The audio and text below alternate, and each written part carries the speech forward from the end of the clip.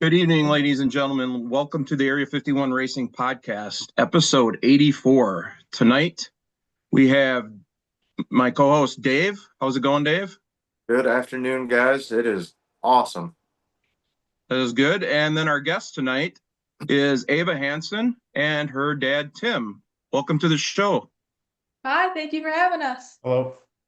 Hi, you're Absolute welcome. pleasure. Thank you for coming on. Thank you. So, Ava is an open wheel race car driver. She's 14 years old and she races in the, hopefully I pronounced this right, Ligier Junior Formula 4 Championship Series. And You have the French to it. It's Jay. Leger. Leger. Okay. Yeah. So my French was a little off or whatever. But I thought it would be appropriate to have this episode sponsored by Kylie Glick Racing, who we partner with. Before we started the podcast, I was telling Tim and Ava that Kylie Glick is a 15-year-old who races asphalt pro late models in California that our podcast partners with, and we support her in her racing journey. So thought it was appropriate to have her be the sponsor for tonight's episode. Being that you guys are both in the same age, except you race in the open wheel realm, where Kylie races in the asphalt full body race cars. So to get started, Ava, tell us about yourself and how you got involved in racing. So I'm Ava. Nice to meet everybody. So a few hobbies of mine that aren't racing. A lot of people like to think that racers, their whole life just revolves around racing. That's not true. I have a bunch of different hobbies outside of racing. So, for example, I love singing, I love acting, I love dancing, I love cooking. There's a huge long list of stuff that I love to do outside of racing. Of course, I love racing, but it's not my main love of my life. But yeah, so I enjoy a bunch of different things. I got into racing at a very young age, 4 years old. My dad brought me to Sugar River in Broadhead, Wisconsin. He was kind of tempted to throw me in a cart, kind of asked me the big question, would you like to try this? And of course I agreed, who wouldn't? But I hopped in the car and I actually did pretty good for a first time. And I immediately fell in love with not only the speed, but the adrenaline that came from it. So I'm a little bit of a daredevil. So I love adrenaline rushes. So I fell in love with it and I was like, I really want to continue with this. Tim, why don't you tell us about yourself and how you got involved in racing with your daughter Ava? I always kind of been into the racing a little bit. I did some karting, I did motorcycle racing, some circle track stuff. Nothing like as serious as Ava's doing it right now. So I always kind of had like a passion and interest into it. We went to like she said, Sugar River, just ashore, and she was really interested in it. So we got her a cart, and the spiral started from there. And we karted for I don't know, 7 or 8 years, all around, the Midwest, down south, Daytona, Las Vegas, North Carolina, all over the place. So she really enjoyed it, and we just kept at it. And as we, progressed on, we started doing larger and larger cars, and now we're at the F4 level, and we're learning that. It's like starting all over again.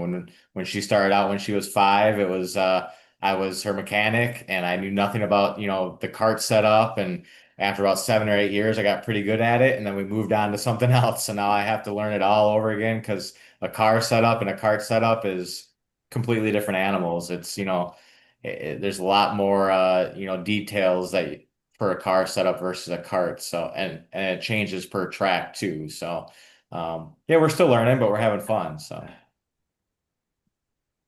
Well, that's the most important thing. I mean, you guys are making memories together and having fun at the same time. So Absolutely. Yeah. Yeah, it's you see it especially at like the entry level karting level. The everyone starts out typically as just a family starting out in karting, having no clue. And then some people will move on to like a big team where they have their own mechanics, their own coaches and everything. And then the parents kind of step back. And I've always kind of been by Ava's side. We did a team thing a couple years ago for F1600, which is Formula Ford. And I just kind of missed it. Like I couldn't stand being away from the car, not working on it, and just kind of like letting someone else handle it. Now, do they know more than me? Absolutely. But I think it's just one of those growing pains that we'll have to, you know, go through together as we progress. So. Yeah, and it's always funny because you see like in the field that I'm currently in, majority of the drivers, I think there's one other team that's just him, his dad, and I think his engineer, that's his friend. But we're the only like true family, just me, my dad, and my mom, and it's tricky, but it's definitely something to kind of brag about, being like, we finished this high up in the field and we're a family team and we're not on any big team. It's just me who's learning the car, my dad who's learning the car, and my mom who's just really supportive overall. But it's tricky, but yeah, like you said, it's really fun once you get the nail on the head. Now, is this a actual home team? Like cars in the garage instead of the Hmm. cars being in the garage? Yeah. Yeah, I get off of work and I usually head over there. I was there tonight starting to, rebuild the brake system on it because the brake rotors are starting to get pretty grooved up and everything. So doing that and knock on wood, we haven't had any, huge instances on track. So I haven't had to do a lot of crash damage, just kind of maintenance and stuff. But yeah, it's just it's mind-boggling the abuse that these cars take on the track and what wears out so quickly on them, and it's just never ending. But yeah, definitely home garage, nothing big fancy. We're not pulling in with a hauler or anything. It's a 28-foot enclosed trailer, and unpack the trailer, all the tools go back in the shop. And then when it's done, then we got to load it all back in the trailer. And maybe someday we'll have a shop. We'll see how it goes. Yeah, when we first put the car on track for the first test ever, first time me in the car, first time the car seeing the track in a long time, and it was race ready. The what was it? The shifter. It's just yeah, on her car, Unbelievable. it's paddle shift, so it's all air driven, and the air solenoid fell off the motor, and that wasn't me because the car was built before we got it, and we were told that. So, but Yeah, yeah, definitely stuff vibrates loose, so yeah, it's it's really tricky. yeah. Now, we were kind of talking a little bit about the show, before the show. You guys have a much bigger engine than I could ever imagine. If Rob can pick up the pictures and kind of Yep. show us what you're riding with here, it kind of blew my mind, and I'll let you get into a little bit of that as we see these pictures. So this is your I'm assuming your 2025 photo for the with your car for the racing series that you're in, Ava. Yep. Yes. Yep, that was the kind of pre-picture, but we got a couple new ones for headshots for the series, like for point standings that they can kind of use, and those are on their website, I believe, if you look it up. Okay. And then here's another photo of you just chilling at the track, taking a break. Yep, Probably. that was at Mid-Ohio last year for the F1600 series, FRP. So yeah, that was at post race, I believe. It looks like you have somewhat of a smile, so it must have had a good finish. Yeah, we were going over video in that picture, I think. So I getting some good feedback. Well, that's good. And then here's the photo that Dave was talking about. This is your current race car, correct? Yep, and that was at Road America too. This past or this year. Yep. Right. And your number, what is that, 26? Yep, 26. I think that was my first karting number. I think I've held that number through all 10 years of my years in motorsports so far. So what made you pick the number 26? Is there any significance to it? Honestly, I think it was just I want number 26. I don't There was no real reason. I think the only number I've had that I actually put thought into was when I raced snowmobiles. It was what was the song? 44. It was like there was a song and I picked the I song, don't know. or it was a song and I picked the number 44 for it because I used to race snowmobiles and ATVs and go-karts all at the same time. Obviously that didn't work out when I turned like around 6 and got more serious in karting, but there's no true reason behind my number. I just kind of picked it out of a hat and said, "Oh, I have 26 now." Okay. And then this is so I was telling you before we went on live, I know your grandpa Mark really well. Me and him are friends. I used to work with him. And when I was part of a race team that raced here locally in Elkhorn, where both of us are from, This photo that I'm showing was an advertisement. I think you're what, maybe 4 or 5 years old, maybe a little around that age in this photo here when you're racing karts. It was Yeah. in a flyer that they sent out to everybody in the area. You were looking for like partnership or sponsorship or whatever. So from going from that to this current car is a huge step and really really cool. Yeah, so we Um, definitely need that sponsorship now. So yeah. oh yeah, I'm sure. So Dave, you wanna talk like you were before we started about the engines and stuff? Yeah, so we were talking, and when I saw this picture, I immediately thought of running like a 600 or a even a 1400 uh motorcycle engine, and you informed me that we're running Civic Si and Civic Si Turbo or supercharged models. Uh, so Yeah, so the Leger F4 that she runs now has the Civic Type R motor. The F3 is the next car up, physically about the same size. It just has the turbo on it now, and obviously it's a faster machine. But this car, I think she's reached top speed of like around 155, 160. So I mean, it cruises and it goes. It's the car weighs without driver 1,200 pounds. So it's a lightweight car, and that you're really dependent on, the grip and your ride height and playing with the front and rear wings for your downforce. Like when we're at Road America, it's a trade-off. Do you want to have more downforce for like the carousel because that's a high-speed carousel? Or do you want, less downforce so you have more top speed down the straight? And we elected, for more downforce to try and make up time in the infield. And we were doing really well. We were, the third race going into it. We have 3 races each weekend, and the third race, we were one of the few left with a new set of tires that we put on, and we were poised to do a really good finish, but unfortunately, the shift solenoid failed, so she was stuck pretty much in fifth gear the whole track, which wasn't really good for corner speed.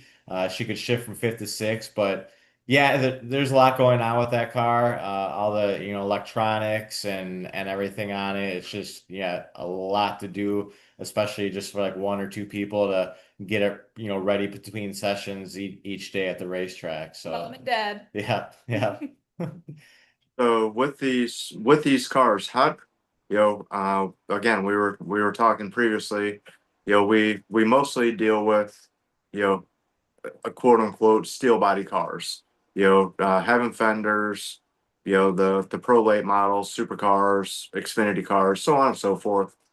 Um, what's the biggest difference? Because even going from kart, you can bump or kind of maneuver around somebody, going into a corner, kind of put a nose on them a little bit. Obviously, in an open wheel car with the nose being absolutely vital. Um, what's that experience like? So in car, I'm gonna be really honest, it's very scary, especially being thrown in as a rookie. You're kind of in this mindset of, well, if I total the car, my season's basically done. Rather than maybe some of the other drivers in the field, if they total the car, they have a new chassis by next week. If we total the car, we're probably done either for the whole season or in open wheel in general. So it's very scary in my mind, maybe not for other drivers. So I get into this mentality where it's just clean passes side by side. It's not like you said, it's not like karting at all. If you touch somebody in karting, you're just gonna give them a little bump. If you push them a little too hard, maybe a pushback bumper, but you can throw a new bumper on their next race and you'll be good. If you bump somebody in these cars and you lose a part of your wing, it's gonna be impossible to turn right or left depending on what side of the wing you lose. If you touch their tire, if you go tire to tire, you're gonna be in the air and you're gonna see God. It's terrifying, but and, it's just kind of like the give or take in racing. It's scary, but it's fun. It's a weird combo. But the respect level's got to be there. Yeah, definitely. it's kind of hard in today's racing. You don't really get the same respect that you put out into the field. Obviously, there's drivers that respect the racing, the track, everywhere, but there are those few drivers that are just driving like there's no tomorrow and just pushing everybody off the corners. But I always try to be respectful because I like to see it as if I treat somebody how I want to be treated, then I'm going to be respected on track. But that's just me. The series does a really good job about enforcing, penalties and stuff for contact. I mean, they'll look at video, they collect every driver's video after every session. They go through it. You're required to have a camera on your car that shows your driver and the front of the, car and everything. So they'll enforce it. I mean, they've handed out a lot of penalties this year for avoidable contact, which is good on them because they realize that, for one, safety, two, the cost of it. I mean, there's some drivers in her field that have gone through 2 or 3 complete cars already this season. We're only 4 races into it, and it's just, as a small team or an everyday Joe, you just can't afford it. They realize that if they want the series to grow, they need to have the small mom and pop. They can't just have the multi-team cars with the families that can afford, a bill every weekend for a new car. And it's tough because her mindset is, keep it clean. And I think that kind of holds her back from making a pass that probably was there, but she was a little timid, like, well, I don't want to, chance it, versus they'll take it because they know, like, well, if I destroy this, I got one back at home, or I'll have one for next weekend. So it's a trade-off, and we'll learn as we go with it. So But in the long run, that's going to be an advantage to you because of your way you're racing. You know that you're paying for it, so you're going to respect it more than these other kids that are not having to pay for it, not having to work on their own stuff. You see that currently in NASCAR right now. absolutely. The ones that have bought, basically their families bought their ride, and they at every level, and once they get to the upper level, they drive like idiots still. Right. And they don't care. It's because that's not how they were taught or raised in the sport. And huge props to you, you two, for actually, being true grassroots racers, and are a true grassroots race team, and doing it the right way. I'm nothing against the corporate teams or the factory teams. Or, I mean, there's a reason for that in the sport, and that's awesome. But I mean, to give credit to teams like you and Ava is huge. I mean, to be able to compete at that level with those bigger teams is amazing. That's like Dave, Bobby, and I are huge Jeremy Clements fans. He races in the Xfinity series. He's the longest tenure, he is the longest tenured Chevy driver in the Xfinity series. He will next year be the longest driver to have the most starts in the NASCAR Xfinity series. Sometime around the beginning of mid of the season next year. And he owns his team, his family team. And I'm talking with my hands. See, I told you that. I catch myself. Dave just caught me. But he races the same way. He knows that if he does, races somebody hard and ruins his stuff, he's the one that has to pay for it. And whereas these other drivers don't care, and at times these other drivers know that, so they take advantage of him in that situation, because they can rough him up or use him up a little bit to pass him, because they know he won't be aggressive back per se, because he doesn't want to ruin his stuff. So, it's a win on one end, but at the same time, it could be a burden too, because of like what I just said. The other teams are going to take advantage of it. But that's a huge props. That's why we love supporting the smaller independent teams and getting the information out about people like you and Ava that don't get coverage a lot. That was the reason why we started this podcast.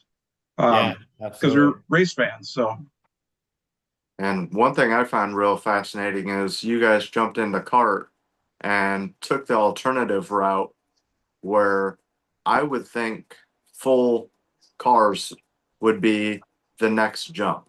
The series you're in, it's not like you can run to O'Reilly's and get a upper control arm or a lower control arm, if it does get bumped. Where, if you're running over at say Carolina Speedway, which is right up the road from me, and the Super Late model stock, okay, it might not be a tube, you know, upper ball joint or upper control arm, but it'll work. Right, You know, right. that car we just seen, outside of having a Civic engine, which I'm guessing is about as repairable as any engine that you're going to put in a race car. Yep. But as far as chassis, wings, I couldn't tell you where to find a wing. For I mean, let's be honest. I mean, it's, and even in like Formula One and stuff like that, you watch these cars. We're really fascinated right now, being in Charlotte. They're just the building's actually up for the new Formula One Cadillac engine. So that's going to put a lot of Formula One in Charlotte with NASCAR. But, kind of like I was mentioning with my sheet metal hobby is, nobody knows where to get this stuff unless you're in it. Like you don't stumble across a guy that sells new rear wings for, the F4 class. Right, right. Yeah, and that's one of the downfalls with like running the series is the part supplier is there's only one place to get it from. So, you're gonna pay what you're gonna pay. You can't, like you said, you can't go to AutoZone and get a GM metric, hub or something like that. Or Amazon. Yeah, it's all specific and it's, required to use this certain part. Like the Honda Civic engine, that's sealed. The engine's sealed, so you can't touch it. You can't mess with that. The shocks are sealed. Uh, the only thing you can really adjust in the car is your caster, camber, ride height, toe in, toe out, and stuff like that. But as far as like power wise, it's all kind of predetermined. And again, after every session, this series comes with their laptops, hooks up to the computers on every single car, and compares them to make sure that one car doesn't have all of a sudden, why is this car turning 1,000 more RPMs than this car? They make sure it's all equal. So they make it a really good, fair playing field, equal playing field. I mean, these cars are about as equal as you're going to get. It really comes down to driver, and setup. So, I think a lot of our, struggle, I'm not going to say struggling this year because our plan this year was if we finish like top 10, I would consider that a success because, she's racing against, 19, 20, 21-year olds that from Brazil that are factory, Toyota drivers and, all over the place. So, I think that not being on a team and not having that specific setup for every track and kind of learning it as we go is kind of holding her back a little bit. But, it's our first year and I think we're doing pretty darn good for what we're doing. So it's definitely after karting, she did legend cars for a year because she wasn't old enough to get her license for open wheel. So we did legend cars for a year. And I'm like, all right, it's like $35 entry fee, and like we get $100 cash at the end of the night, no matter where we finish. And if we don't break anything, we're making money. Let's just stay with this. Like, I'm gonna get you a late model. And she's like, I am not turning left the rest of my life. She's like, if I can't sit in the center of the car, I'm not going to drive it. The only reason she did legend cars is because she was in the center. I'm like, it's just, I don't know what it was. I was really hoping we can get her to like a late model, but no, had to go to open wheel. I'm like, oh, great, here we go. And I like being in the middle is because I like being able to know how much room, give or take, I have on the left and the right. And if I'm on the left side, I don't know how much is on the right. I have to guess. Well, And that's what you have a full body for. You figure it out. You kind of bump into it a little bit, right? Yeah, Rubbin's racing, Yeah, yeah. It's the sheet metal on that car is probably a little cheaper than the carbon Well, fiber bodywork on your car. I'm a road course gal. I'm not an oval fan. all right, Dad. So first car's got to be a McLaren P1. So you'll Yeah. really start saving up. Oh yeah, yeah. I got to be in the middle of the car, Dad. Yeah. Oh, We Right. got my first car about how long ago? Like a week ago? Yeah, yeah. Her first, yeah. She gets her temps next week or For 6 days. so. I found her a little car and I'm like, all right, well, you're gonna be on the left side. If you get used to this, maybe we'll go back to circle track. So You're gonna go out in the garage one night, and she's gonna be out there with a cutting torch, putting that seat in the center of the car. yeah, trust me, I tried finding like I'm just gonna get a car with like one right in the middle, but they don't make them. I couldn't find anything. So Buy it. yeah, yeah. So, just out of curiosity, for like you were saying before we went out live that you were out in the garage tonight working on the rotors. Mhm. Where do you get like rotors? Can you go to, I don't know if you've ever heard of like Bailings and Butler, that's a race thing, or like left-hander chassis down in Roscoe, Illinois. Yeah. That type of stuff. Those places, can you get parts like that? Absolutely, absolutely not. Oh, Everything okay. has to be stamped and homologated from the series, Okay. because the car is FIA, it was FIA certified, so it has to be from that series. Trust me, I've tried Googling and cross-referencing some of these parts because I'm like, man, I know I've seen this somewhere. I know I can buy this bearing that looks like 100 other bearings that I've seen in my life, but it's just a little bit different that yeah, it's you got to get it from that Yeah. series from Even the thin piece of plywood that goes under the car to like prevent like rubbing or whatever, Yep. that has to come straight from it. It's like how much is that? yeah, this the skid pan is literally a 2 by 6 piece of plywood that has holes drilled in it, and it's like $650 just for that. So that that that only really wears out if you adjust your ride height super low for better handling and stuff. Yeah. So our ride height's a little bit higher because I'm not replacing an expensive piece of plywood after every race. Yeah. But yeah, that's the biggest downfall I feel is just the availability to the open Yeah. market of parts for these cars. Same with like karting. I mean, karting you could get parts pretty much everywhere. At the track, Yeah. like right then and there. Yep. So everything was kind of available. Obviously, some manufacturers of carts have little differences here and there, but like bearings and wheels and stuff like that were pretty common. Engine oil, gear oil filter, those you can get at Napa. I mean, that's open. Spark plugs. But yeah, everything else in the car as far as like suspension bits and rotors and calipers and everything else is proprietary to the manufacturer of the car, which is Leger. So Yeah, I miss when all you had to do in carts was if the car was loose or if the car was doing this, just throw seat struts on it or change tire pressure, change this like the camber, like the small little things. But now when we're in the car, it's like, well, it's loose. Or you can do this, that, this. It's like, well, what do we do? yeah, we did. She had an issue at Mid Ohio a couple weeks ago where it was handling really bad. So we tried like 4 or 5 different things, which I hate doing because when you change so many things, if it got better or you got worse, you don't know if there was just one thing that made it better or worse. So we did all these things and it made it a lot worse. And she informed me of that on the radio. And I said, well, there's nothing I can do about it now. Just finish, do what you can do. And we went back and yeah, we ended up just changing tire pressure and putting the car back the way it was. And it was just, yeah, I mean, it was literally just tire pressure through the car, off that much. It wasn't the aero, it wasn't the ride height, it wasn't, the stiffness of the, wishbones and everything. It was literally just tire pressure. So it's, It was a very nice radio conversation. yes, yeah. She unplugged her earbuds so I could not talk to her. Plug them. I said radio silence. Radio silence, yeah. I'm like, okay, here we go. You're Oh, breaking up. I went cannot full, hear you. you Yeah. went full Lewis Hamilton on him. Yeah, yeah. She's like, don't talk to me when I'm going into turn one. I'm like, okay, relax. So not only is Dad engineer, crew chief, spotter, engineer, Yeah.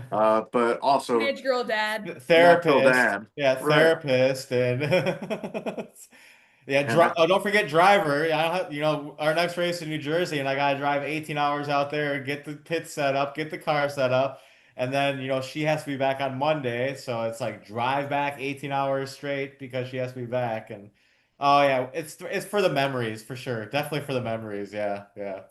now, Memories and the conversations on those long road trips, right? Yeah, you want to know the conversations on those long road trips is when dad gets in the truck, starts driving, and mom and Ava are 5 minutes into it. So that's the conversations I have. I get very motion sick, so I take Dramamine and I'm out for the whole trip. Yeah, that's a good excuse. That's a good excuse. now, what is a typical pit setup for you guys? If people don't watch like Formula One or IndyCar, for us it's jack stands, all that good stuff. What is it? What is it like to service your guys' car? Say something does happen, or you're just practicing, and you need to come into the pits just for a general adjustment. Take us through kind of what you got going on there. So if we have, like, say we need to pull in mid-session practice session to just check pressures, kind of refresh myself, I kind of pull into pit lane and it's just my mom and dad. There's nobody helping. So Mid Ohio, it was during qualifying. We just wanted to throw on a set of tires to just kind of scrub them in. We only needed one lap on them, so they were for the race. But we needed to do it really quick because every single minute you spend in the pit lane, it's another minute off of track time that you're wasting. So we needed to do it really quick. And I swear, my dad and my mom, they changed my tires quicker than some of the teams with 4 or 5 guys changing tires. And I was like, okay, I got like a 30-second break. I'm like, okay, I'm not complaining. But yeah, so it's just quick in and out. I mean, my dad's super quick tire pressure wise. When we're done with practice or qualifying of the race, and after we're done in like Parc Fermé, we pull back under our 2 tents. We don't have huge tents. It's just kind of like, how big are the tents, would you say? Our tent setup is like 20 by 15, so enough for the car to get under Yeah. and toolbox and stuff like that. I mean, when we come back in from a session, like she said, Parc Fermé, and if you don't know what that means, Parc Fermé is tech inspection. So circle track, you have the tech shed or whatever. Mhm. Yeah, in open wheel, it's called Parc Fermé. It's got to be official, FIA language. So but yeah, after we get back to the pits, it's pretty much we gotta drain the fuel out, measure how much fuel she used for that, how many laps she did, how much time she was on track, because it's like a 12-gallon tank, but you never fill it up because you don't want that much weight. So you're playing that, well, if we have a 30-minute session, we should only use 6 gallons of gas. So during practice, you kind of play with that. You'll put in 6 gallons, measure it as you get out, after you get off track, and see how much fuel you used. And then it's pretty much tearing all the bodywork off the car and going through every single nut and bolt on it because stuff We learned that the hard way. yeah, stuff vibrates loose within one session. It's unbelievable. And so yeah, you go through that, and then she will download her video and go over video and kind of, see where she can improve in certain corners, um, see where Yeah. she can maybe shift a little differently and stuff. And as long as there's no big incidents on track, it's pretty much, it takes about an hour to go through the car, good before it goes back on track again. And that's kind of another huge thing that we're kind of missing out when we're not being on a big team, is getting a good coach for me. And there are good coaches out there, and don't get me wrong, there are, but it's so expensive and we don't have that much room in our budget to kind of put somebody in there for me because it's just outrageously expensive. So what we did for Road America in Mid Ohio is I was my own coach. Me and my dad would help me too. At the end of the night, we would sit in the camper and just watch video, and he would give me advice here and there, and kind of we'd banter back and forth like, well, they're doing this, they're doing that, kind of just little tiny like fights here and there. But I'm on my own coach, so he pulls data for me, I go through it, or we go through it together, and we just kind of figure out what he said, gain time here, we lose time there, and we don't have anybody to compare to. So we're just looking like, well, the engine doesn't rev here. And he taught me a bunch of good things about like noticing when to upshift or how many gears to downshift mid corner, like little pieces of advice that I didn't even learn being on like big teams back a couple years ago. But definitely losing out on that aspect. We had a debate at Road America about a month ago when we were there. I felt she needed to be down a gear in one corner, and she didn't feel that way. I'm like, I bet you do. So you know what helped us? Chat GPT. She asked Chat, and it told her in this gear, this corner, and then she did it, and she was faster. I'm like, see, you don't need, AI. You got me. I know everything. Just ask me.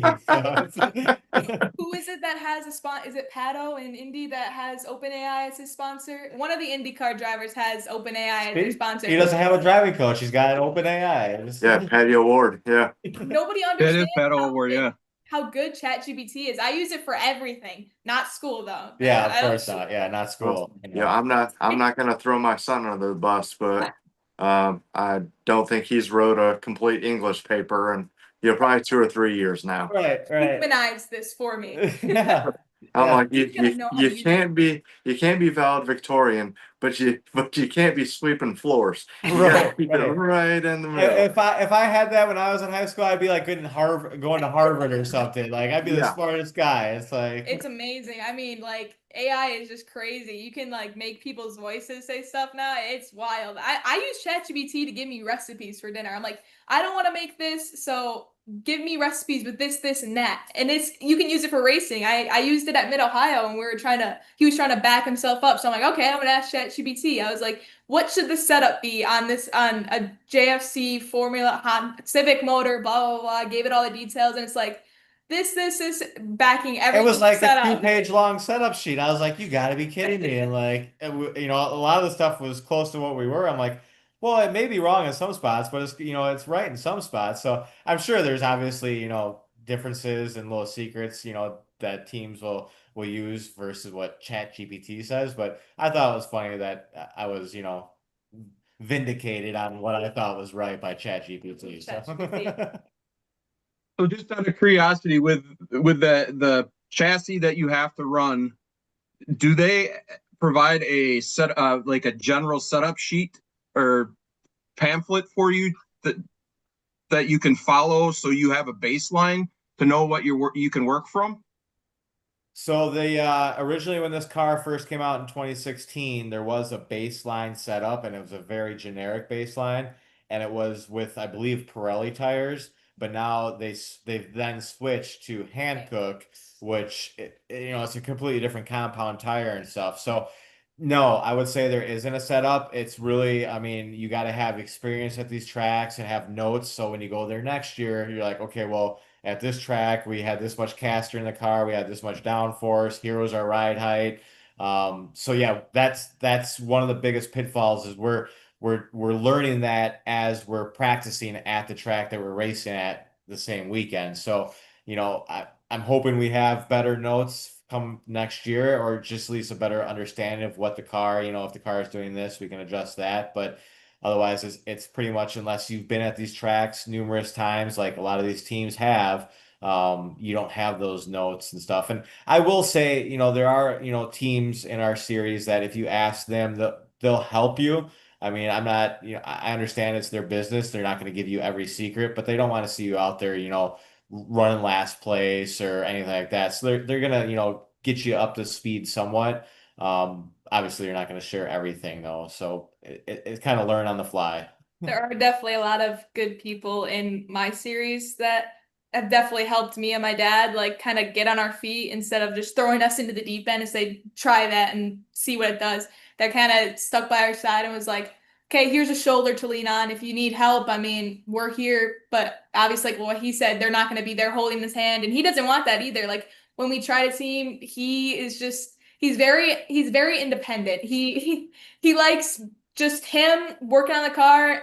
I asked if he wants help. He goes, I'm good. He's very independent mechanic, just does it all himself, and it's just impressive. I'm like, wow, I couldn't do that.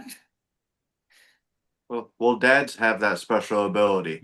When I hop on the riding lawnmower, it's not because it's my most favorite thing in the world at 100 degrees, but it's my 45 minutes of Right. this is what I do. This is zen for me. I Yep. pop in my earbuds and I go to work. I don't. That's the way I felt with it in karting, like when, and racing now is like at the end of the day, like I don't want to be bothered. Just leave me alone in my special little place. I'll go through the cart. I'll, do the car, which, in hindsight, like, yeah, she should be involved more in the car, more in the karting to kind of get the mechanical aspect of it. But me, I'm just like, let me do my thing and it'll go easier. I'll be able to get to bed by like 11 o'clock tonight. We're on track at 7 tomorrow. So you go relax, you do your thing and I'll do my thing. And it's worked out. I don't know how much, mechanical wise that a driver needs to know about the car. I'm sure it helps, but I think just be a good driver and focus on what you're doing and let the mechanic, get the car set up for you. Don't worry about if, the oil needs to be changed or the brakes need to be bled. Like, I'll get the car prepped for you. You figure out what gear you need to be in this corner. Like, let's just go our separate ways and, tackle this. It's worked out pretty good. So. I've been taught in karting was a big thing. I understood the cart like it was the back of my hand, and that did help me because if there ever was an issue or something, I'd be like, well, maybe go higher on tire pressure, or maybe loosen this, maybe take off the seat struts. But in cars, you kind of want to worry about a small amount of things when you're on track, because when you're overwhelming your brain, and this goes for any car, any driver, you're kind of just overwhelmed and you're not focused on the true thing you should be, and that's driving and hitting your lines. I know a good amount of the car that I should know. That's pressure when we're going on pressure. So that way it's like karting. If it's really bad in the beginning, but really good in the end, it's like, well, maybe go a little bit higher on pressures and then I'll come in a little bit earlier. But he's taught me a lot about the car already. And from what he knows, he's kind of just telling me as he's going. So, I mean, he's definitely doing his best. And I'll try and help her if she's on track, if she's having an issue too, unless she tells me to radio silence and then I'm just off the microphone completely. So it's Well, yeah, I mean, you got to have some, driver feedback, and Yep. that's in every single series at just about every single level now. We've got it's an absolute budget build class here, where I live over at Carolina Speedway, where it's Crown Vics, Yep. purely Crown Vics. I want to say, I think they put a budget on it of like $3 to $4 grand. That's what you're going to pay for the car. No modifications, no nothing like that. But at the same point in time, they even have spotters. Like, it's hard to believe that, they've got almost more in their helmet and communication than they do in the whole car. Oh yeah. Because, everybody's doing, like, over at what is it? We went up to Hickory and at the Cars Tour, and they did a automatic shut off where, they just shut the car off, just in case of a fire or anything like that, and, I can only remember that in like monster trucks, if like a throttle got stuck, you If had they an were going to auto the off. stands or something, yeah. Right. Yeah. Or rolled over. And they were doing, radio checks, and shut offs and all that good stuff. And, I just could not believe that even lower tier, outside of like Demolition Derby or having your enduro cars out there, that everybody had a spotter.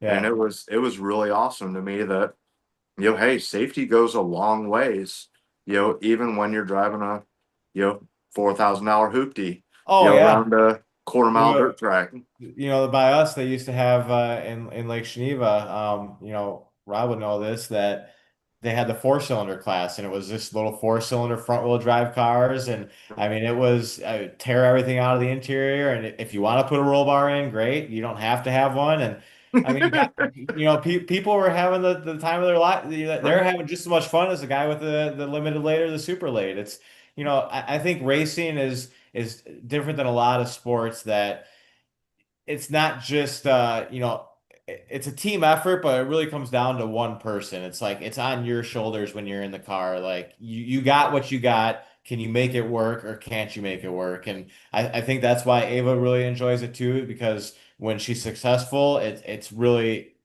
she did it. Yeah, I put the car on track. I put fuel in it. I attempted to set it up, but if she does, well, it's really good for her versus like my son, not our son.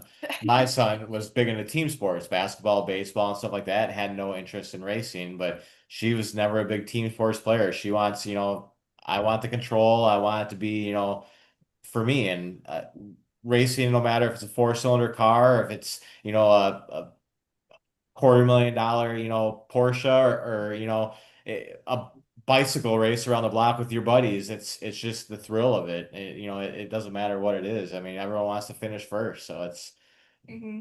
And And it's every time I play like a team sport, I always end up getting hurt some way, shape, or form. Like I think last year in October, I was playing powder puff for my school for homecoming and completely tore my ACL meniscus. So we're like, oh, that's great. We didn't know until like February. a few months after she got injured, she was still complaining that she felt, her knee was kind of funny. And we're like, oh, okay, we'll take you in. And the surgeon's like, or the doctor's like, yeah, you have a completely torn ACL and meniscus. And we're like, really? Because she's been racing and, lifting up her go-kart, and she's been downhill skiing. And he's like, well, you're tolerant. You're a tolerant ACL tear. I'm like, if my ACL is torn, I'd be I have people carrying me around. So right, yeah, Avery, you're pushing. she'll go in for surgery after the season's over. So End of October, early November-ish. But yeah. yeah, I totally hid it from him because it was on a Friday and I had a race, a go-kart race at my home track Saturday. I'm like, I cannot let him know that I'm hurt. I have to go to this. And it was an important one. It was a money race. It was the Thor's Throwdown.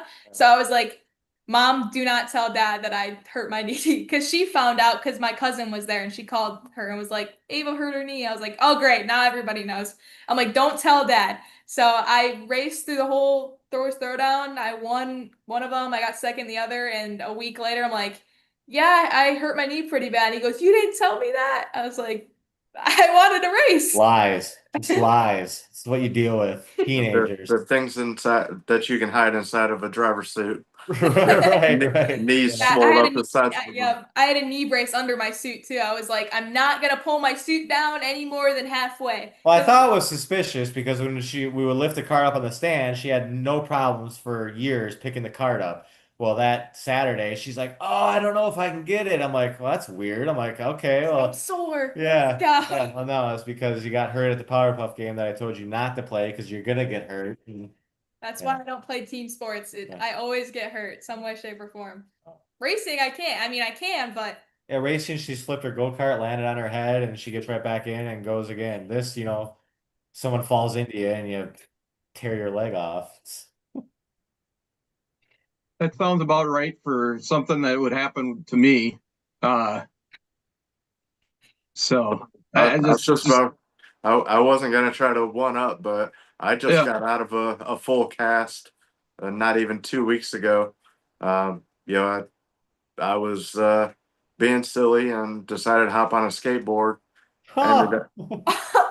Ended up with 5 pins, a plate, 3 screws, and a rod in Where my at? in my right arm. This is about as much as I can go. Uh, I got the only reason to brace off is right now is because it's 103 degrees and I work in an automotive shop, so it was 112, 115 in there, and it just stunk to high heaven. I'm oh like, yeah, get a little sweaty under I've, there. I've got to wash this bad boy. But yeah, so I'm in the mend on that. And I always, people are like, well, you gonna get back on a skateboard? I said, getting on the skateboard wasn't hard. I said, it's getting off that hurt. I said, Yeah. that's Oh yeah, she is. We were at another kart race, and 2022. yeah, so 3 years ago, got done qualifying. She qualified first and everything, and she had just gotten this brand new skateboard for her birthday. Longboard. Longboard. So she's like, I'm gonna go out with my friends around the track or whatever and skateboard. Well, all of a sudden, like half hour later, I hear this screaming. Someone kicked the skateboard out from underneath her. She fell off, broke her tibia and fibula at the track. And it's like, no matter where we go, even at the races we in the F4 series now, kids are falling off golf carts and stuff and getting hurt. I'm like, no one ever gets hurt on the track. It's afterwards, like on the bicycles, on the skateboards, playing football. I'm like, that's why I was like, from now on, you get off the track and you go into Go the in the trailer. go in the trailer, you watch video. Like, I don't want you playing football. I don't want you playing baseball. It's, just, hibernate for the night. Just Go put your bubble suit on and go to bed. exactly, Yeah. exactly. Yeah. Bubble wrap. Maybe that's what we need, is get those big inflatable bubble balls that you can climb in and you can just push each other. Like, you can't get hurt in those, right? I don't know. I would find a way. Yeah, I was probably, gonna say I would find a way as well somehow. I'd like fly out of it and get a broken leg or something. Yeah, yeah. I'm sure adult beverages would not be involved with that at all. No. Yeah, exactly. So Ava, do you do any sim racing, like iRacing or anything like that? So a big part of getting ready for a race, an upcoming race, is practicing on the simulator. And there are some drivers in my field that are really competitive on iRacing, is the big sim racing app. There's one driver in our field that is a Williams eSport driver. He is phenomenal on sim and on the track, and it's crazy how much being on a simulator can really affect your driving in real life. Now, it affects people in different ways. For me, I normally use iRacing maybe 3 to 4 times a week to try and just freshen up my racecraft on it and get on the track that I'm going to and just learn the lefts and rights, not necessarily the braking points and the acceleration points, because those are never the same in real life, whether it's weather-wise, the pavement's different, there's a new reference on the track.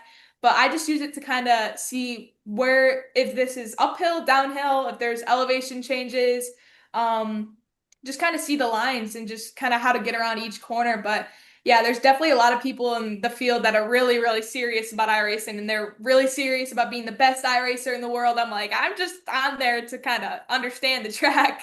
But yeah, for sure, it's a really big aspect of racing in general. I mean, even like Formula One drivers and IndyCar drivers, NASCAR drivers, they're on there all the time. NASCAR drivers racing oval races, the Formula drivers on F125. It's crazy how much like a small app that anybody can race and really see how racing is from a kind of in their house point of view, and kind of see how it drives, but how that really affects like us real drivers on the track, how much it can affect us. Yeah, Bobby, our actual host, he's not able to make it tonight because he has a family event going on. He actually has a I don't know, the highest level of license that you can have for iRacing. He's won like 7 league championships. He was signed by, what was it, Starcom, Derek Cope Racing, back in the day, and sponsored by them. So he's got a really nice iRacing rig. And he lives in Ohio, and when I've been to visit him in Ohio, I've tried the iRacing thing, and I suck at the regular cars, but the downforce in the open wheel cars, I was like, this is cool, because I had it all the way to the floor. I'm at Indy and I'm just letting it go. I'm just like, this is cool. This is like driving a car. And then 100%. Then you let up a little bit, and then it's like, oh, there goes the downforce. Yep, you feel it slipping, and you're like, oh, I'm done. Yep. I'm mid-corner, Exactly. got the gas too. So, one of the questions I have for you, and we've asked the other guests that we've had, female guests on our podcast before, and obviously racing is pretty much a male-dominated sport. And being a female in a male-dominated sport, what are the challenges, if any, that you face? And then how do you deal with that? So this is definitely a tricky question that a lot of female drivers like myself get. And it's kind of a two-way answer. So there's going to be one side of the answer where the female doesn't get affected at all by the male driver. And then there's the other side where it really affects them mentally, physically, any shape or form. So I'm kind of right in the middle though. So in karting, I've befriended a lot of the male drivers. Some of my best friends are guys that I karted with, and they're just they mean a lot to me, but obviously there are some male drivers that just don't want to work with me any shape or form because they don't want to get beat by a female. And I'm not trying to boost my ego or anything, but when you're not being helped on track like every other driver is, it seriously affects like your mental state and just how you perform on track. And he kind of knows this too. He kind of sees it. He's been around it for a while. But it's gotten better for sure. Like I'm pretty sure back in the day, I don't want to sound like back in the day, but I'm pretty sure female drivers got a lot more hate, I would say. But now that there's a lot more coming into the picture, it's kind of went down. So right now, I like to say for every 10 male drivers, there's one female driver. If you look in the room of my series, like in the drivers meeting, there's two female drivers, me and another female driver out of the 14 or 15 drivers in the field. And it's just crazy. But normally I would be the only female driver in the grid, but it's getting a lot better. Like a lot more female drivers coming into the aspect and a lot more of the hatred towards them going down. And especially now with F1 Academy coming into play and more than equal, it's really helping female drivers like me trying to kind of prove ourselves in a way and that we are not just female drivers, that we're better or it like every other driver. Right, And it's you're just a kind race of, car driver. yeah, right. You know, And no, it's like, yeah, regardless, right. you're a kart driver. You're an IndyCar driver. Mhm. Yep. I hate the title of like she's a female driver. I'm like, I'm any other driver in the field. I'm just a female. Like I'm just like you guys. I just have a little less like physical advantage, I guess, but I'm just like any other driver. When I was in karting and stuff like that, the girls would whip us. You know, like because legitimately, I learned it later on in life when technology and when they were able to hook up scanners and stuff like that. I'm a little older, but the women, especially in like open wheel and karts, had better reaction times. They had better steering angles. They knew and could acquire more in their mind and function better than the males, and that really caught me by surprise because they were good. They were really good. So yeah, it sucked, as being a dude, out at the track, that the girls were hanging with us and all that. But like, I don't particularly care for that question as a female driver, but it's one of those things we like to ask, because we're all trying to be equals. It's Right. not that we're trying to, all right, well, on this side of the fence or that side of the fence, but just like everything else in sports, people try to itemize things, whether it's race, whether it's religion, body type. It's one of those things where you get put in a category and you're probably gonna be asked for the rest of your life, as Mhm. long as you're in a car, you know, the Yeah. same I think questions. I think one of the big things too is when you think back, like when she started karting when she was 5 until now or 13 or whatever. Like when we were kids, when we were that age, we were boys, and like you'd always say, "Oh, you don't want to be beat by a girl," and Yeah. it wasn't like any like hatred or anything like that. It was just like, "Oh, you don't want to get beat by a girl," and so I think it's getting better as you kind of progress in age, and the boys are kind of maturing and stuff, and they don't really care about that. But yeah, I think a female driver, like if I was her age in the car now, I'd be like all over the place. I'd be like testosterone going crazy, like trying to ram this guy, this guy. And I think it's a little bit of an advantage as far as like a mindset, a little calmer and collected. So I think that's one advantage of a female driver. Not saying that there's not male drivers like that, but I'm just thinking like my persona and my mentality of racing at that age was just like go for the win. I'm gonna win in the first corner. Like I don't care what happens. I'm not turning left to, I'm in first place or whatever. So it's definitely getting better. There definitely needs to, be more girls getting into like the base level of racing, and when once that happens, you'll see, it kind of equal out, and I think the whole like female male left right whatever is kind of going to go away, but until then it's just you just got to kind of deal with it. So it's Yeah. um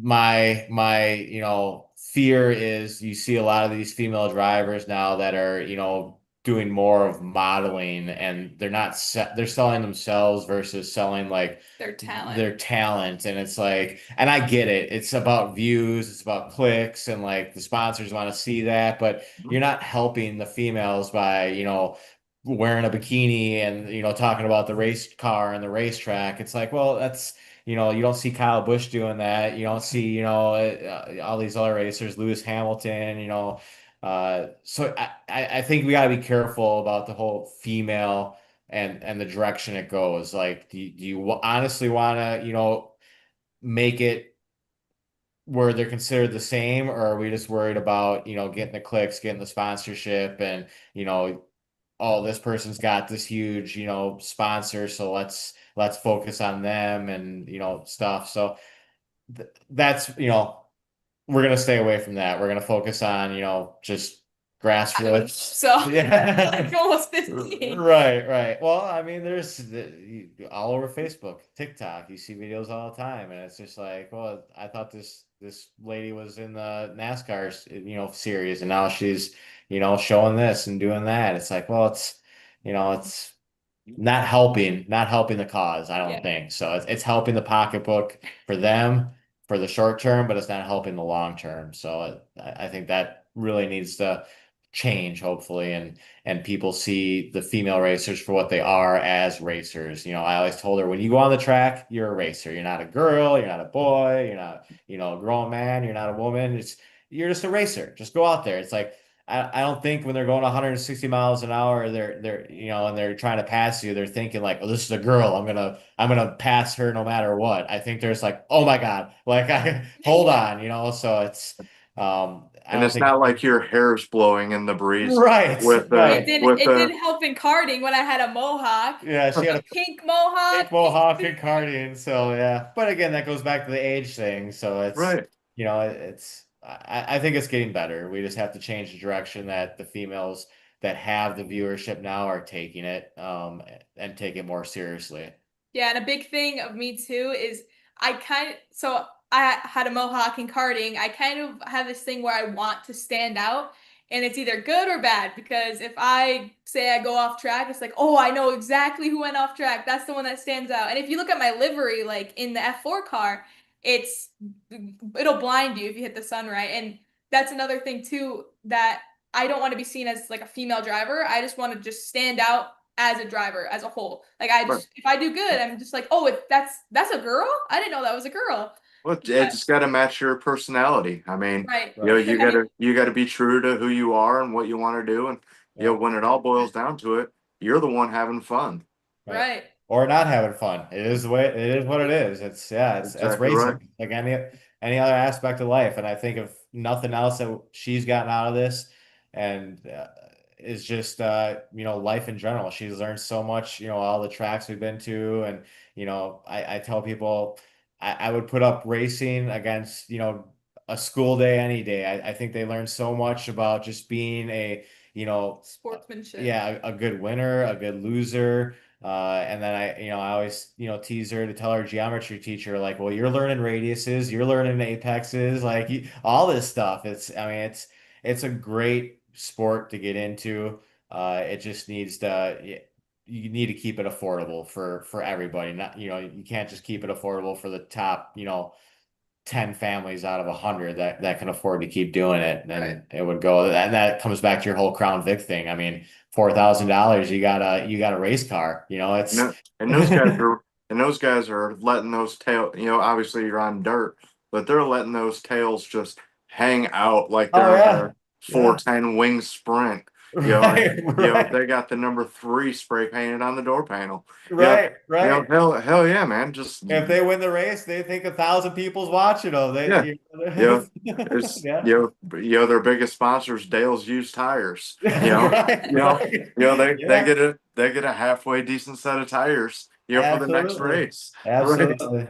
Yep. Yeah, that's where it all comes from, is the grassroots, like, baseline. It's got to start somewhere. So that's why I'm hoping, like, you get a lot more influx of girls, because you have to, if you want more females in racing. You're not going to get a 14 or 15-year-old that's like, oh, I'm going to race a car now. They got to start young, just like typically boys do, right? At 5 years old or whatever. So hopefully we get more of that. So Ava, when I asked that question, I didn't mean to offend you or anything like that. Oh, It was more to get to exactly what Dave was saying, that we support. We don't Yeah. see sex on the track. You're just a race car driver, 100%. and that's all that matters. And that was the purpose of that, because that's what our belief is. A prime example of how like male race car drivers and male in general are bullying like female race car drivers. I'm. Do you know who Catherine Legg is I that don't. races? He Okay, does. so she raced open wheel. She raced in the Indy 500. She's now racing some races in NASCAR this year, and she was in the Cup race at Phoenix, I think it was, and her car was off the pace. And Daniel Suarez, who was I think in the top five, maybe top two, got wrecked, and he immediately just said, "Hey, she's not qualified to be on the track and all this kind of stuff." And it got to the point where there was other incidents, not of her doing, it just happened and she was involved in it. It got to the point where she was getting death threats because she was a female in the sport. And that is just uncalled for and stupid. Right. And then this past weekend in Chicago, she she raced in the 78 car for BJ McLeod at Live Fast Motorsports. And it was an open car. She had to qualify into the race.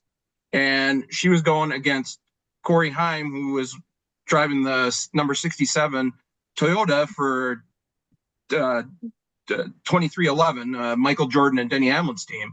So big difference in budgets for the two teams. And she ended up beating Corey Heim and qualified herself into the race on Sunday. She cut off a second off of her lap times from practice to qualify herself in the race. And the cool thing was a lot of the male competitors were giving her high fives and congratulating her.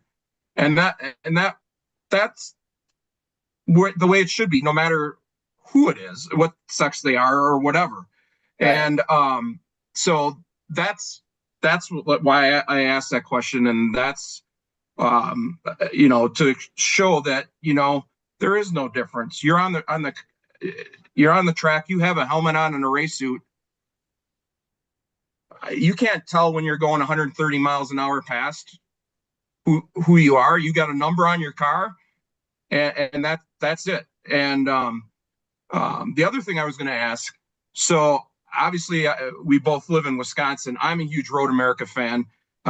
These guys Dave and Bobby get tired of me talking about probably some of the listeners because that's my favorite track. And I'm mad because NASCAR left and hasn't come back there. But either way, what was it like the first time you were on Road America and you're coming downhill going to about 130, probably 135 miles an hour to turn 5? I sit there purposely to watch. You can see the screen and they have the mileage per hour for the cars. And it just blows my mind that they go from like 130 plus miles an hour down to about 40 in like 500, 600 feet. It's crazy. So I was wondering what you're thinking that first time you're doing that. So obviously I've been there last year in the Formula Ford, but speaking of now in these F4 cars, obviously they're a lot faster. They have downforce, but that's where a lot of the sim practice comes in to kind of know a good reference where to brake markers. But what a lot of drivers like to do first is on like the warm-up lap, kind of take it back a lot. So there's boards, obviously, a lot of racing fans know going into the brake zone, 1, 2, 3, 4, 5 on the right hand or left hand side. And you kind of use those as a reference where to brake. So in turn 5 in the F4 car, we brake at the 2 board. So it's pretty deep, but that's where brake pressure, having the ability to really be able to hit the brake pedal hard to get the car stopped. And a lot of drivers struggle with that. But what runs through my mind going through that corner, obviously it's downhill. It's like, I really hope nothing falls off. I hope the tire doesn't come off, and I hope I'm able to brake. Let's just hope and pray that this car stops. But obviously it's a really great car, so I press the brake pedal, it stops, the whole thing stops. And that's another in-car tool. We have the brake bias knob, and you can turn it forward or backwards to give the front more brake pressure, the rear more brake pressure. So if you're locking up the front, put some to the back, vice versa. But yeah, it's definitely scary, especially like for the Canada corner coming out of that high carousel, you're flat all the way through the kink and all the way through that section. But it is pretty scary, pretty timid, and I'm sure for the spectators, it's a show in the first lap, and the after the green flag drops, people side by side going through that corner, and it's crazy. But yeah, it's pretty scary. Yeah, I think the kink is probably the scariest part.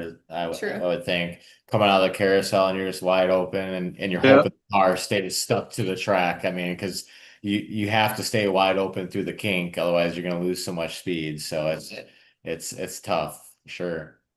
Did you run the track before they repaved it? I did not. I ran the Formula Fords on it right after they repaved it, so Okay. fresh repave, and then this year it was a little bit more broken in, it felt a lot better. But no, I wish I did before because I heard it was really, really good, but unfortunately not. They The did reason why I make ask is that with the first year the Indy cars came there after they repaved, corner one, a lot of them just lost it in that went out in the sand trap there Yeah. because it was like the speed from the old asphalt, they could go a lot faster and brake deeper, Mhm. and they were like, uh-oh, and they would end up off track. So Right. I was just curious to see what your the difference was if you ran before it was paved to after the repave. But yeah, that was 3 years ago that they repaved it. I guess it was right after the last time NASCAR was there, which was what, 22? Yeah. I think it was 2022. Yeah. Yeah, I was still in karts then. I was running on the kart track there back in Oh, 2022. really? Yeah. Awesome. So, what are your goals in the sport? I mean, you sort of talked about it, but I mean, what are your long-term goals? I guess we So know that's your a- short-term goals, Yeah. more seat time and learn the car and get better. But what are your long-term goals? So that's definitely a question a lot of drivers love to hear because majority of them spit out the same answer if they're in open wheel cars, and that's Formula One or IndyCar. So I would love to end up in any big car, whether it's NASCAR, even if I don't like going in ovals, it's still succeeding in my career. But I would really like to end up in Formula One. But obviously, my next step, I would really like to make it into F1 Academy to kind of get myself in the position where I can prove myself even more to F1 teams or sponsors to get me a ride in a seat maybe, or put me in there for a race or two maybe, and just kind of put my name out there. But I would love to make it to F1. That's just kind of my end goal, my childhood dream, make it somewhere big, IndyCar even, NASCAR, anywhere. So, like in NASCAR, they have Rev Racing, which is the main team that does the driver development diversity program, and I'm assuming that's pretty much what the F1 Academy is for open wheel. So, do you apply for that, or how does that process work? So for F1 Academy, they're not really F1 cars. They're like F4 cars, but they're strictly all female drivers. So that's kind of like the route where female drivers tend to go to kind of, because it's not F1, obviously there's no female drivers there. It's very tricky to get in there. But F1 Academy, it's just all female drivers. You really have to build a name for yourself before you even get in there. So you can be a wild card driver, and they seek you almost, but you have to know some people. The biggest thing is you need to build a resume, build a name for yourself, get some wins, podiums under your belt. Because if they see, for example, me right now, I have no podiums. I have 2 rookie podiums in the series I'm in currently, but I'm not very wild card worthy right now. But as time goes on, before I'm 16, which is when you're eligible to be a part of F1 Academy, I would need to put some more rookie podiums, even wins under my name before I even have a chance to compete against the drivers currently running in there or being picked for a American wild card driver. But yeah, it's definitely a dream that I want to fulfill. So I'm assuming the academy is overseas, or do they have one in the United States? For F1 Academy? Yeah. So they race at all of the F1 tracks that F1 goes to. So I'm not sure like where if they have like kind of like a headquarters almost, but they go to all of the F1 tracks that F1 goes to. So they were at Montreal, they were at Miami, and a bunch of other tracks. Yeah, majority of it's overseas. They're at Miami this year. I believe they'll be at Circuit of the Americas. I think like maybe one or two in the States, but I mean that'd be the biggest part is the travel expenses. You know, you get into the academy, but then you have to pay to live in Europe and go to China and follow the series around. So, but yeah, we got a ways to go. She's got to build up a few more wins under her belt yet. So we covered your goals. So and your dream to be in the F1 Academy and ultimately you race in F1. Who are your mentors or like somebody you look up to in the sport? So my quote unquote hero or my idol is my Idol, yeah. dad. My but as of driver wise, Arrington Senna, obviously he's a very, very great driver. He grew up working in his garage. I mean, had to work for his dad. He's not like, I don't want to throw shade at drivers, but he's not like multi-billionaire dad, just throw me in a seat and call it a day. But yeah, my dad is definitely my hero, number one idol. He's just nonstop working, technically a workaholic, I would say. But he's my mechanic, my hero, my dad. He's just everything. So he's definitely the guy that I look up to the most. That's awesome. Yeah. Dave, do you have any other questions for Ava or Dad? No, I'm still processing, you know, because I'm gonna dig deeper into this car. It kind of opened up a new eye for me, and uh, being an ex-karter, I knew this existed, but I kind of want to maybe go a touch further, after talking to Ava. Come check it out. We'll be closer to your area. I think we're in Virginia in September, and then Barber Motorsports in what, Alabama in October. So a little Okay. closer for you. Wouldn't it be Yeah, we'll definitely have to keep in touch and yeah. because that's a couple hour drive for me, but that's nothing, that a NASCAR fan wouldn't drive, you know. Right. So that's pretty much what we have. The only other thing I was going to add, well, actually, I got two questions, but you, before we went on air, we talked about one thing that you definitely wanted to talk about. And it was one of the questions that I had written down is the driver's awareness program that you're a member of. Could you talk about that and let everybody know what exactly that is and what your involvement with that program is? Yeah, so me and my dad, I think it was around last year, we made a kind of foundation called Driving Awareness. And we were just trying to help nonprofit organizations and or charities kind of get their name out almost. So we have three currently that we kind of hold near and dear to us, and that is Just Giants Rescue, Children's Alopecia Projects, and Go Baby Go Children's Hospital Wisconsin. And I'll have him explain what driving awareness is, and I'll kind of go into depth of our three nonprofit organizations that we support and try to get their name out. Yeah, so driving awareness, like she said, was created basically to, more so raise awareness to these programs that you might not normally hear about through kind of Ava's social media pages and logos on the car and stuff like that. So, fortunately last year she had a couple fundraisers and she was able to raise money, for these foundations.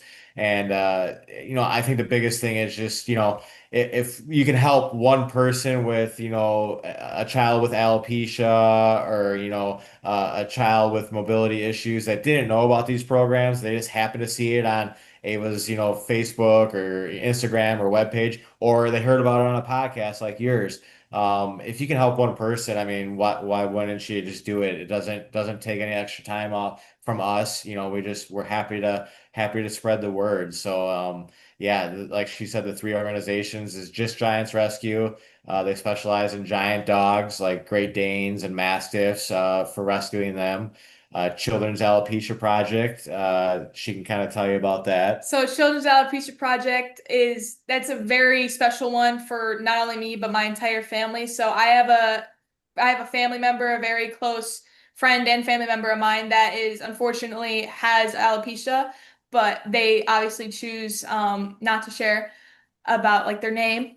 But so Children's Alopecia Project, they help kids with alopecia. They change their goal from growing hair to growing confidence. And that is just, it's so special to me because obviously kids today, confidence is a really big aspect of their life. Even for me, I am a very self-conscious person, but the Children's Alopecia Project is just, they really specialize in kids confidence, and it's really amazing, and you can kind of see on my page just how much they really do for these kids.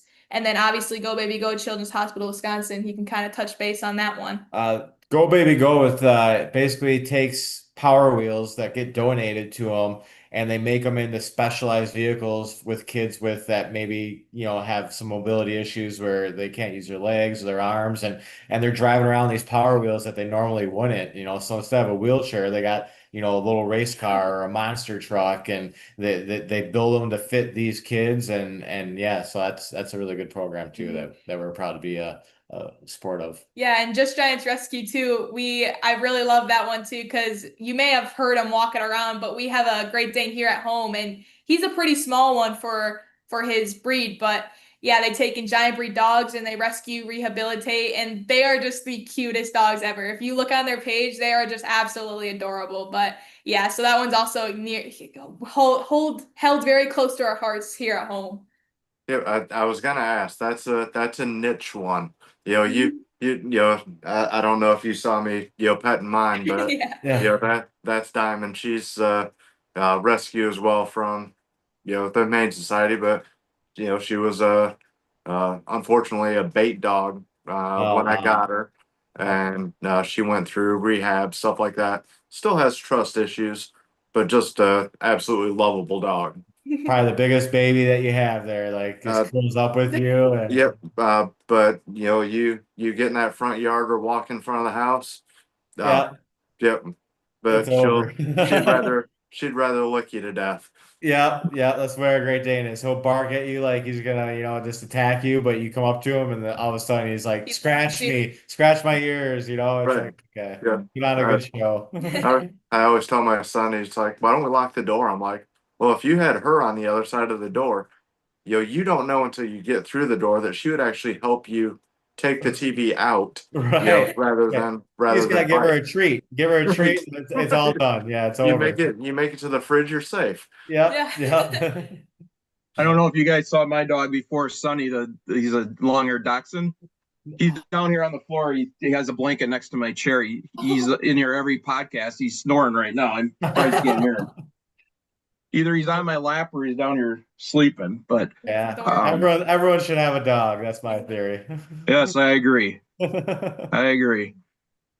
So I know you guys are busy, and we really appreciate all your time and everything. The last question I have for you is, what are your social media platforms?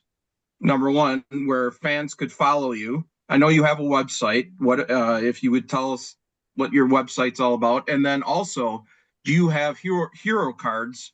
And if so, how could fans go about getting one?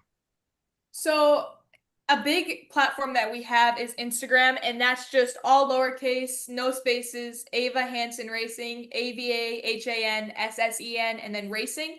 And that's the same exact thing for Facebook, just Ava Hansen Racing. You'll be able to find me. TikTok too, just Ava Hansen Racing. My website, www.avahansenracing.com.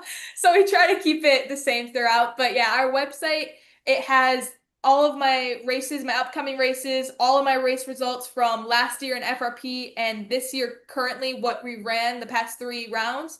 It has all of our sponsors on there, so NTK, NGK, Spark Plugs, Chiropractic Center of Elkhorn, Franklin Motorsports, One Power Sports, and all that's on there. It's got my dad's phone number if you ever wanted to reach out for sponsorship. It's got all about me, my hobbies, how old I am, frequently asked questions. And as of hero cards, yes, we do have hero cards. And the way you can get them is you can contact us in our Instagram, Facebook, TikTok, any platform, one of those platforms mentioned, my dad's phone number. You can just shoot us a message. Hey, we want a hero card, and you can get a signed one, and it has my age on there, where I'm from, and then also all my platforms on there as well, in case if you forget or if you want to show anybody. But yeah, the best way to contact us is through the number on my website or just DMing us on Instagram or Facebook. That's awesome. Ava, you seem a lot older than what you actually are. Your wisdom I get and that everything. a lot. I get that a lot. I mean, super impressed with how you communicate and everything, and your like I said, your wisdom and your knowledge is way beyond your years. It appears so. Dave and I wish you the best in the rest of your season this year. We hope to have you guys on again sometime in the near future. That way you can give us an update on how your racing journey is going. Hopefully by then, maybe you're racing an F1 car in an F1 Academy, and we're doing an interview with you from overseas. Oh yeah. Yeah, I would love to. So, but again, thank you, Ava and Tim, for being on tonight. We greatly appreciate it. Again, Dave and I wish you the best of luck, and you keep getting more seat time, keep working hard, and good things will happen for you. Yeah, thank you so much for having us. It's always a pleasure. Thank you. You're welcome. You guys take care. Have a good night. All right, you too. Dad, keep kicking ass and keeping around the track. We're gonna try. All right, it was a pleasure. Thanks for being on, guys. All right, thank you. Thank you. All right, take care. All right, you too. Thanks.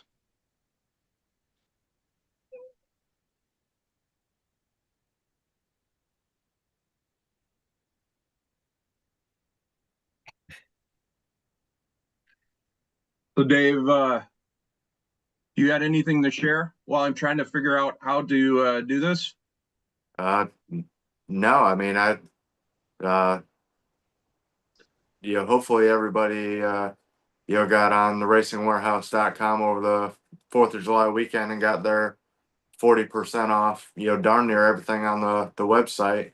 I know a lot of the Jeremy stuff, that was on there. I was eyeballing the, what was it? The Spartanburger car. They had the pickle contingency panel on there, and by the time I woke up the next morning after they posted it, somebody had already snagged it up. But yeah, the Racing Warehouse had a great sale. There was just about every race team had a from RCR, Penske, the whole 9 yards. They were all having sales this weekend. Hopefully everybody still has 10 fingers, 10 toes, and made it through the 4th of July holiday. Yeah, I know, living out here in the country, and, I know, you and Bobby kind of, live out in the, I don't want to say sticks, but, out in the country a little bit. It sounded like the South was going to rise again pretty much, from the 3rd to the 5th. The 5th was because it was like buy one, get 3 free. So on Sunday, Diamond was literally laying on the pillow right next to my head. And, but she was doing all right. We had a blast. Yeah. So at our fairgrounds on Friday the 4th and then Saturday the 5th, they had a rodeo, and they had fireworks with it. And the fairgrounds is only a couple blocks from my house. How can you get more American than that? Exactly. So their fireworks were they had so many of the ones that just went boom that my house was shaking. The neighbors on like down the street had like commercial grade fireworks. They're lighting them off at the same time. Another one on the street behind me had like similar type fireworks. It sounded like a war zone here. It was crazy. I was like, holy cow. Yeah. So yeah, I know exactly what you're saying. It was like it wasn't good for my PTSD. I never the fireworks never are, but as long as I know they're gonna happen and I Right. hear it, I'm pretty much okay that way. But yeah, it was just like it sounded like a war zone. It was going crazy. Yeah, you would really be surprised if I told you that, North Carolina was a snakes and sparklers state, kind of like Michigan where there was nothing airborne, but South Carolina is only about 15 minutes from the house, and they're hellfire and brimstone. You know, you you pay it, we'll make it type of ordeal, and it was beautiful to watch though. We had a great Independence Day. Yeah, snakes and sparklers is Wisconsin too, but Okay. you got the people from Illinois and the ones that drive to like Indiana to get the good stuff. Get the That good stuff. So you're yeah, telling me that you ain't got no. yeah, exactly. So yeah, 4th of July, it was entertaining, that's for sure here. Speaking of that Spartanburger court contingency panel, I did see that it had the chip. I think it was the pickle. Is it Chip? Is that the mascot's name I on believe it? so. I wonder if Jessica Hunziker, one of our friends and listeners, ended up buying it. She usually jumps on that stuff pretty quick and buys that stuff up from the Racing Warehouse. I know she's listening, or she was, because she said hi to us. So, but yeah, the Racing Warehouse, I was like, they're going to sell a whole bunch of stuff Yeah. at the 40% off. And that, I think it was it today or yesterday? I saw they had the rear bumper from Jeremy's car from that the I think the Charlotte race. I think it was. It was I green. yeah, You, honestly, yeah, it was I a whole rear bumper. I think it was today on the was it the auction page or I don't know. Either way, I think it was like 400 or something like that shipped, or right. maybe more than that. Which But if you think about it, people are always like, oh, it's $400. The way I look at it is, and looking around my man shelter here, um, you can spend $400 easily on a die cast that 800 people already have, or you could have a car that just went 200 miles an hour around Daytona, sitting on the wall next to you. Atlanta's where my one stop hood came from. I've got a couple of Poconos, the Ghost behind me. Of course, our car from Pocono. I mean, yeah, I catch some grief every once in a while, but I'll take it. yeah, being the sheet metal sheriff, I mean, you you obviously can back up everything. Well, there's a corner of Yeah, they got the 51. from the Charlotte car, but I swear the bumper was on here. Yeah, I know they still got the 51 nose corner, and then the other 51 are the uh, JCR Oh yeah, other here it is. corner. It's the Spartanburger rear bumper from Charlotte. Yeah. I don't know if you can see it. It's kind of hard to see, but you won't see it anyways because it's green. But yeah, just go to the I'll plug them as much as I possibly can. It's theracingwarehouse.com. You'll Yep. go on there, especially join their Facebook group. Super easy to do. Get to talk to Emily, Linda. Every once in a while, Rankin will throw some things up in there. Just awesome people, and it's I don't want to say it's affordable. Hopefully, you don't get addicted like I am.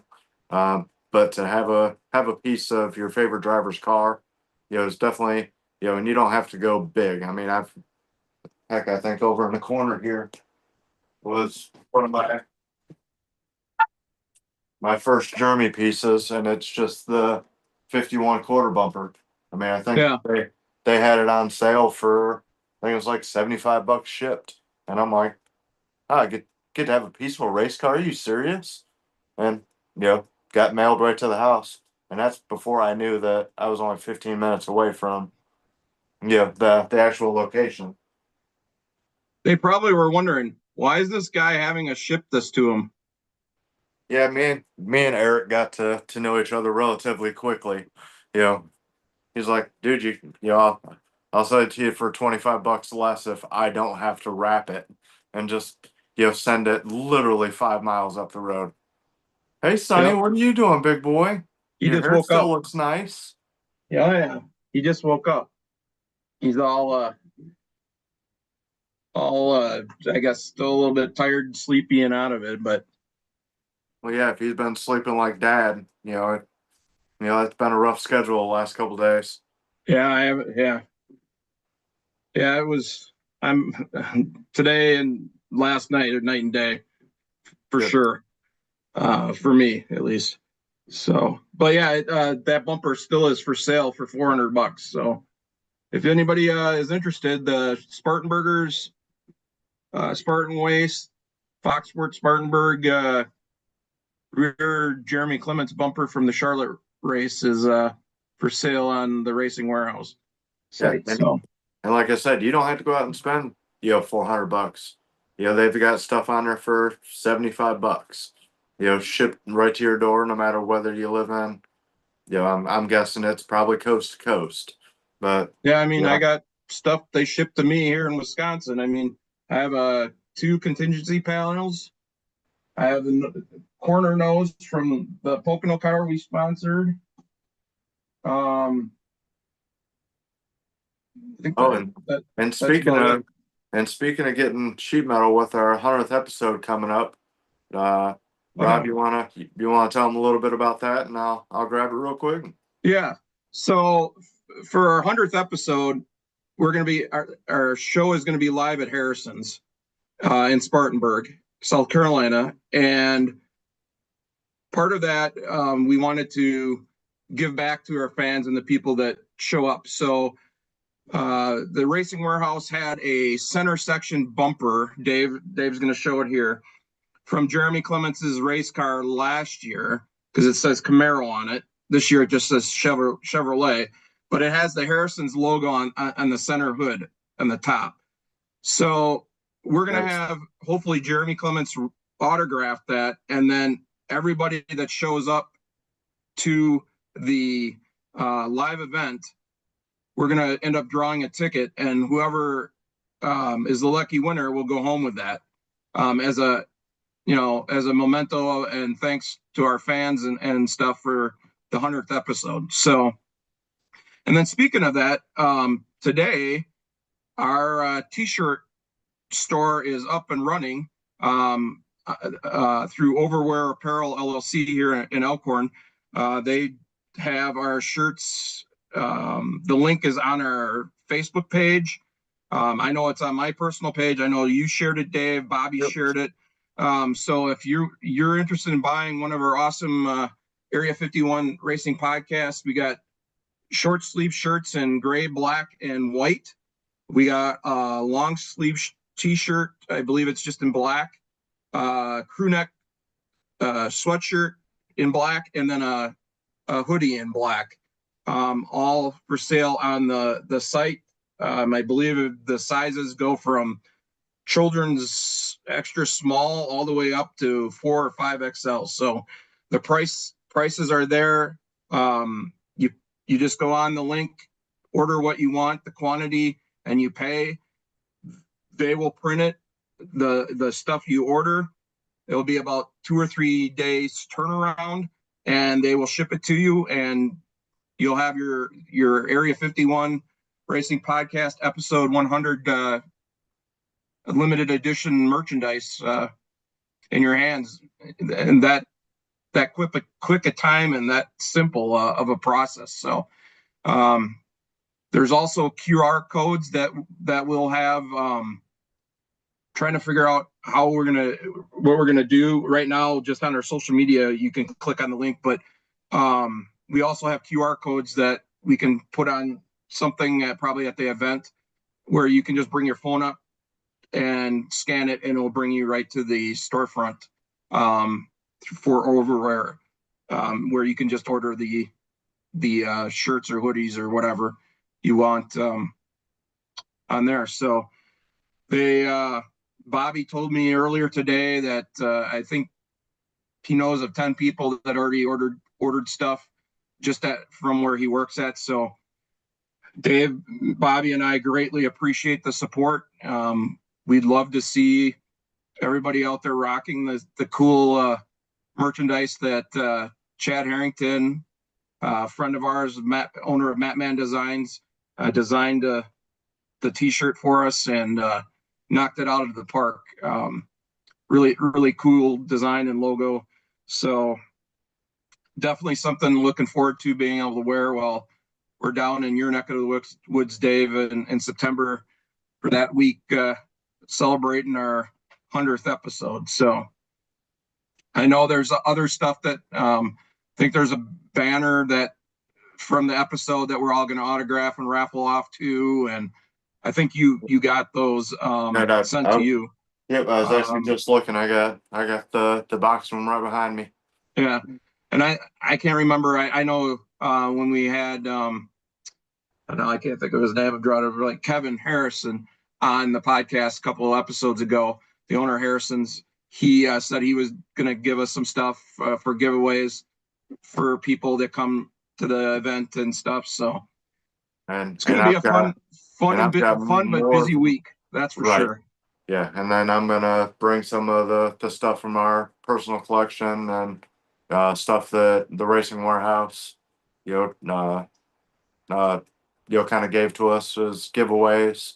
That's all gonna be there, and I mean, you get to meet Rob. That's what I'm excited about. I'm excited to meet you too, Dave. Right. I mean, I'm just hoping me and you don't decide to do a skateboard trick or something while we're there. I personally am looking forward to Bobby riding a Shetland pony in. Yep. I think we definitely have to make that happen. Yep, I'm trying to get that booked. But nobody's, no pun intended, but nobody's biting that. Nobody's biting on that. Dang. No. We're gonna have to work on it. We got time. We got a couple months or whatever. I know Bobby would know exactly to the day and probably to the hour, what it is. Because he's so fired up about it, like we are as well. But if it boils down to it, I got an 80-pound pit bull that he can ride, on her back. I mean, it's about the same damn size.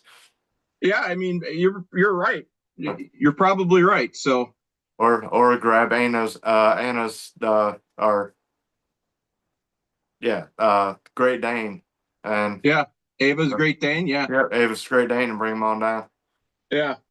Wouldn't that be something? Yeah, I was gonna say my buddy had Great Danes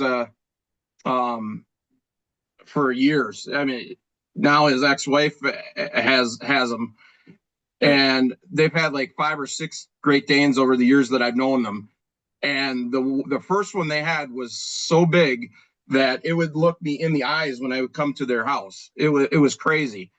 And the dog would like be so intimidating, and he'd push up against you and almost knock you over. It would be like literally a horse pushing against you. It was like crazy, but docile dogs. It's like they're so intimidating looking, but they're so docile that it is funny, and it's just cool. So, but on that note, I think we'll just wrap this up and go run down the stuff for our partners and stuff. So if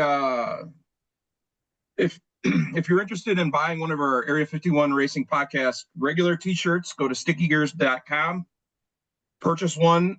They're $15. A portion of that money goes back directly to Jeremy Clements Racing to help keep Jeremy and his car on the racetrack. Also, please check out Anna Moore Designs LLC for some more Area 51 Racing Podcast merchandise, such as this custom tumbler. I don't know if you can see it too well, but right over there's a garden flag, a custom garden flag. We had bigger stickers, Area 51 Racing Podcast stickers that are $8. Smaller ones are $4. She makes t-shirts, you name it. Anna can do it. If you're interested, contact Anna Moore Designs on her Facebook page.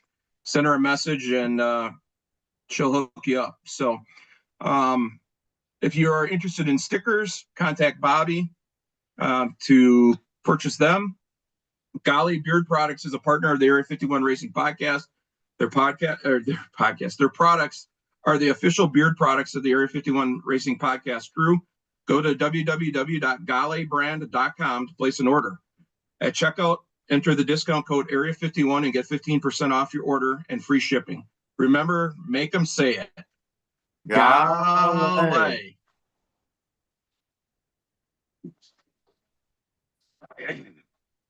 Check out the Racing Warehouse website for Jeremy Clements hats from their apparel company, Armadillo Apparel. Also check them out for any sheet metal, diecast, or other racing memorabilia that you may be looking for. This is what Dave and I were both talking about earlier. Also, check out their Facebook page because they have daily auctions of sheet metal, racing apparel, you name it, diecast, you name it. You can bid on it and right off of their Facebook page. Also watch their social media platforms for sales that they do. They just did a 40% off sale for the 4th of July, like Dave was saying earlier. They do that stuff frequently. So keep track of their social media platforms for some really good deals. For your diecast needs, please check out Circle B Diecast. They're the official diecast company of the Area 51 Racing Podcast. At checkout, make sure you enter the discount code Area 51 for $6 off shipping. Check out Benzik Designs, the official diecast display products of the Area 51 Racing Podcast. Check out Matt Benzik, the owner of Benzik Designs, on his Etsy page to order your 124, 118, and 164 scale diecast display stands. At checkout, make sure you enter diecast code Area 51 for 20% off your order. If you're interested in purchasing any Kylie Glick Racing merchandise, please go to Kylie Glick Racing's Facebook page and click on the link in her post to order her merchandise. Thank you for joining us tonight. We hope you enjoyed the podcast. Remember, you can always watch our podcast live on YouTube, or on our YouTube channel, I should say, or listen to it at any time on Spotify. Just click on the Area 51 Racing Podcast logo on the Spotify app to listen. You can listen on your phone, on your tablet, your computer, whatever you're able to get Spotify on at any time, you can listen to our podcast. If you like our podcast, please share and like and subscribe, and also recommend it to your friends and family. And again, our YouTube channel and our social media platforms we have are on Facebook, X, Instagram, and they all are at Area 51 Racing Podcast. On that note, I'd like to thank everybody for joining in tonight. We had a great conversation tonight with Ava Hansen and her dad, Tim Hansen, about Ava's racing career so far in open wheel racing. Again, a young lady that's 14 years old that has a lot of wisdom and knowledge way beyond her years. So on that note, thank you to all our partners who make this all possible, along with our viewers and listeners. We'd like to thank Spartan Waste, Fox Sports Spartanburg, Harrison's, Action RV, Kylie Glick Racing, Mattman Designs, The Runner's Roost, Alliance Driveway Solutions, Anna Moore Designs, Circle B Diecast, Driven Sunglasses, and Driven Trackside, Elite Towing and Recovery, High Speed Auto, Booze Pops, The Racing Warehouse and Armadillo Apparel, Belcher Cheesecake Creations, Fly and Form Concrete Structures, First Pacific Funding, Gale Beard Products, Wings Etc., Dialed In Focus Pouches by Whitetail Smokeless, Benzik Designs, Schatzenbach Landscaping, Enigma Tattoo Studio, Aero Parts Group, Overwear Apparel Group LLC, SB JR Designs, and Jeremy Clements and Jeremy Clements Racing. Again, without all of you, and our partners. We would not, Bobby, Dave, and I would not be able to do this podcast. We greatly appreciate it. And thank you all for tuning in tonight. And we'll see you next time on the Area 51 podcast. This is episode 84. Later this week, I'll be doing episode 85, doing my race recap from this past weekend's Xfinity and Cup Series race at the Chicago Street Race. So on that note, everybody have a good night. Take care. Make sure you get out there and support your local racetracks and drivers. You never know that you might be watching a future superstar in the sport of racing. Everybody take care, and we'll see you.